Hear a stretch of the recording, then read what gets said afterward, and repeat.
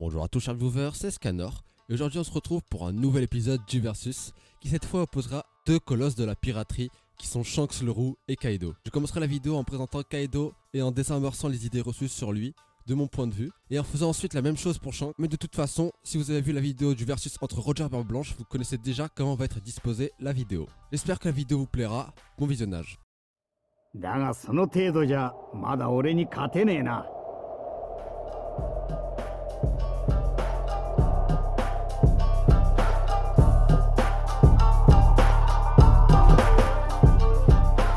世界最高の戦争を始めようぜ。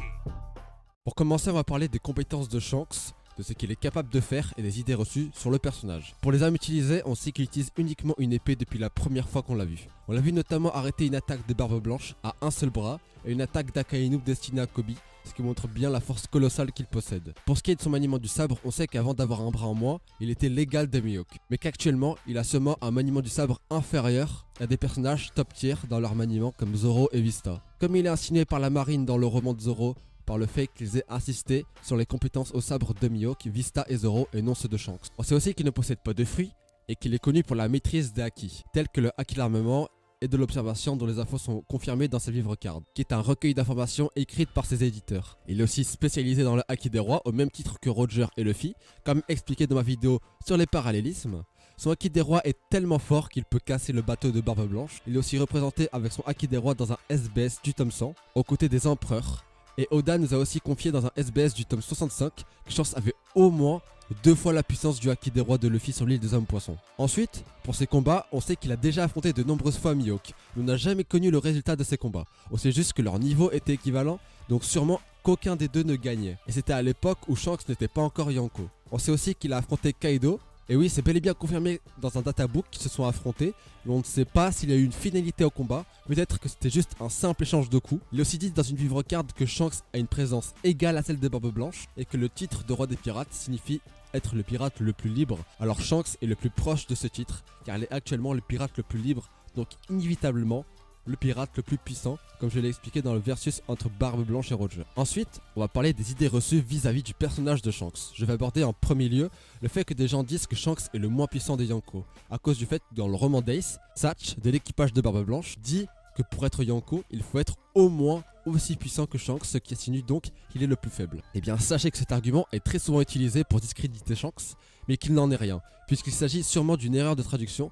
Cette phrase n'est jamais présente dans le roman d'Ace en version anglaise et japonaise, uniquement dans la version française. À la place de cette phrase, il est dit que Shanks a réussi à s'élever au rang d'empereur et rien de plus, rien de moins, c'est uniquement cette phrase. Ensuite, une idée tourne énormément comme quoi il aurait un haki supérieur à tous ceux des personnages vivants actuellement dans le monde de One Piece. Et je suis de cet avis, mais sachez qu'il n'en est rien factuel. Des gens comme Im-sama, Dragon ou d'autres personnages peuvent avoir un haki rivalisant ou surpassant peut-être celui de Shanks. Ce qui est sûr néanmoins, c'est qu'il est actuellement le haki le plus puissant des Yonko, puisque sa puissance se base essentiellement dessus, comme il est montré dans un SBS du tome 100. L'idée tourne autour de Shanks comme quoi il serait épéiste, officiellement. Et bien sachez que ça n'a jamais été dit par Oda, et je vais ici montrer et contrer tous les arguments et essayant de le prouver. Commençons par le travail des éditeurs, sachez que oui, le travail des éditeurs est officiel, vu qu'ils représentent le travail d'Oda, mais leurs propos ne sont jamais nuancés. Ils ne reflètent que ce qu'on sait actuellement du manga car ils ne peuvent pas dévoiler le futur. Ils ne peuvent pas spoil, ils ne font qu'affirmer les rumeurs et le peu d'informations que l'on sait sur les personnages dans l'œuvre. Par exemple, on le verra aussi plus tard avec Kaido, mais aucun de leurs propos n'est à tenir en compte quand les sujets en question ont été nuancés par Oda, à titre d'exemple les livres cards, les databooks, les One Piece Magazine et les romans. Tout ça, Oda ne s'en occupe pas. Et ce n'est pas moi qui le dis, c'est une personne travaillant chez la Shueisha, se nommant Greg. Oda n'a tout simplement pas le temps de vérifier son intégralité les livres cards. Il ne le fait donc que partiellement, et si vous prenez la peine de regarder l'emploi du temps d'Oda, qui est disponible partout sur internet, vous pourriez le voir qu'il n'a pas du tout le temps de le faire. Donc maintenant que les sources externes ne sont plus des sources fiables, car écrites par les éditeurs qui ne font preuve d'aucune nuance, il reste uniquement les SBS et le manga qui eux requièrent l'attention d'Oda à 100%, et c'est là qu'on voit qu'Oda veut faire de la nuance avec son statut. Il dit dans le SBS du tome 83 durant l'arc Whole Cake Island qu'une personne lui demande comment se nomme l'épée de Shanks, et évidemment Oda y a répondu, sans que personne ne lui ait demandé. Il a ajouté quelque chose qui n'était même pas demandé à la base, qui était si Shanks apparaît dès le premier chapitre, on sait encore très peu sur sa façon de se battre. Et juste avec ça, vous vous dites comment peut se battre Shanks? Eh bien sachez qu'il y a deux réponses à cette question. Premièrement, il peut combattre avec ses pieds et ses poings. Et là vous allez me dire c'est ridicule, mais pourtant personne n'a jamais protesté ou dit que c'était ridicule quand c'est Rayleigh et King qui le faisaient, qui à première vue étaient aussi épéistes, mais ça tape avec leur corps et leur épée et non pas seulement leur épée. Et comme on l'a vu avec King, même en combattant avec une épée, il ne se proclame pas épéiste. Rayleigh peut se proclamer épéiste, ce n'est pas moi qu'il combat avec ses pieds et ses poings, et peut combattre sans. Deuxièmement, comme dit par Kaido lors de son affrontement entre Luffy, le haki des rois est une arme à part entière, comme les sabres, les haches et les kanabo par exemple. Au final, King nous l'a bien montré, si tu ne définis pas ta voix comme étant épéiste et que tu ne suis pas la voie du sabre, comme Mihawk, Zoro ou Vista, tu n'es pas épéiste à proprement parler dans One Piece. C'est ce qu'on appelle le Bushido. On enchaîne ensuite avec la puissance de Kaido. On sait actuellement qu'il a plusieurs flèches à son arc, comme son Kanabo qui est une arme basique aux premières apparences, mais qui va parfaitement au monstre de puissance qu'est Kaido. Il possède le fruit du démon du poisson version dragon d'azur, qui lui confère le pouvoir de provoquer des éclairs, de faire apparaître des nuages, pouvant même aller jusqu'à porter une île. Il a aussi une force physique colossale, comme dit dans le roman d'Ace, où il est dit que Kaido est le plus fort physiquement parlant, et qu'il a une résistance à toute épreuve et qui lui procure une invulnérabilité face à tous ceux qui ont essayé de lui donner la mort. Du côté des haki, nous savons qu'il maîtrise tous les types de haki et leur évolution, y compris le haki des rois. On l'a même vu à l'aube face à Luffy et Big Mom. Dans toute l'histoire de sa vie, il n'a cessé de gagner tous ses combats. À l'heure d'aujourd'hui, comme dit lors de sa première apparition, il a perdu 7 fois, dont l'identité des vainqueurs est inconnue. Mais on peut se douter des personnages concernés. Zebek, Barbe Blanche, Roger en font sûrement partie. Ce profil représente bien le strict inverse de Shanks, et surtout connu pour sa résistance et son invulnérabilité, contrairement à Shanks qui est plutôt connu pour sa puissance et ses acquis. Au fur et à mesure de sa vie, il a affronté différents adversaires qu'il a vaincus, comme Gecko Moria, l'alliance de Kid, Apu et Hawkins, Luffy et Oden Kozuki. Même si face à Oden, il a gagné plus par la ruse malgré lui. Pour les adversaires contre qui on ne sait pas quel est le résultat, il y a Big Mom, Shanks et Xebec. Ensuite, passons aux idées reçues sur Kaido, qui sont principalement basées sur son titre ou ses titres. Dans le chapitre de sa première apparition, il dit ces mots. Il paraît que si quelqu'un veut se battre en un contre un, qu'il le fasse contre Kaido.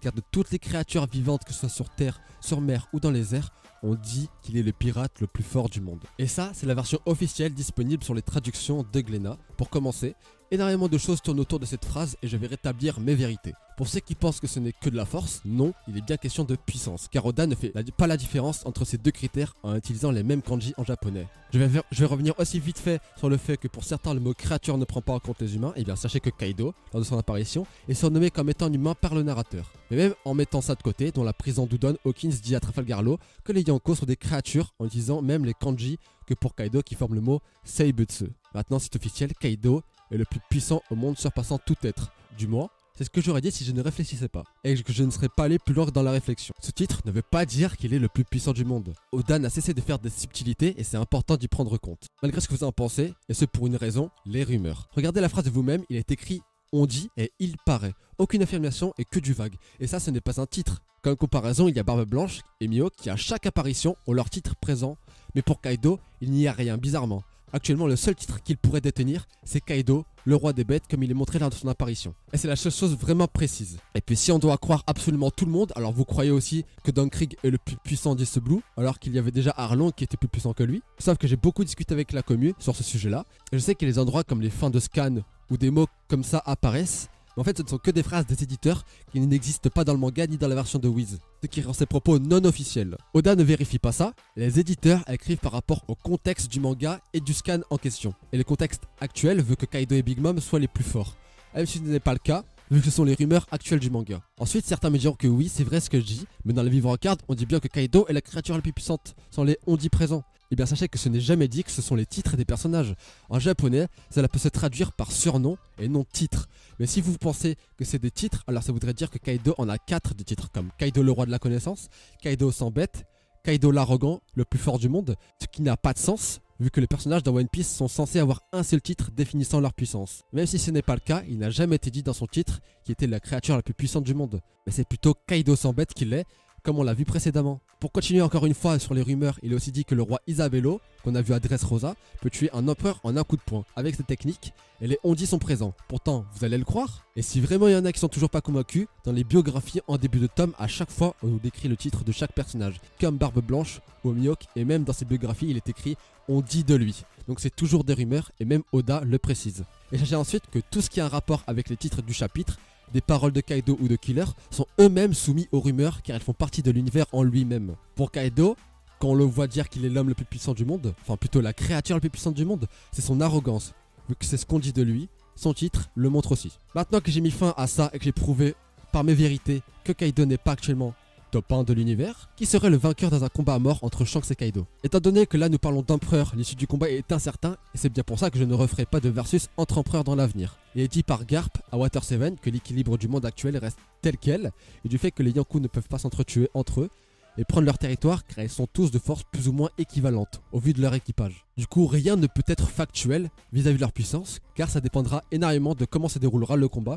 D'un côté on a Kaido et sa force, et de l'autre Shanks et sa puissance offensive. Si Izo ou Luffy ont réussi à infliger des dégâts ou transpercer Kaido, imaginez seulement ce que Shanks peut faire en ayant un haki de rang au moins 2 fois supérieur à celui de Luffy. Personnellement, je serais plus en la faveur de Shanks, du fait qu'il est un équipage et une flotte vraiment réduite par rapport aux autres, ce qui augmente considérablement sa puissance de son petit équipage et de lui-même au vu de l'équilibre qui doit être maintenu. Mais attention, c'est purement subjectif et Kaido lui aussi pourrait gagner dans tous les cas. Merci d'avoir regardé cette vidéo. Si vous avez kiffé, laissez un like et partagez-la à tous vos potes ou amis. Ou même sur les réseaux, le soutien ça fait toujours ultra plaisir. Abonnez-vous pour ne rien louper de ce qui arrive. D'ici la prochaine vidéo, portez-vous bien. C'était Escanor. Au revoir.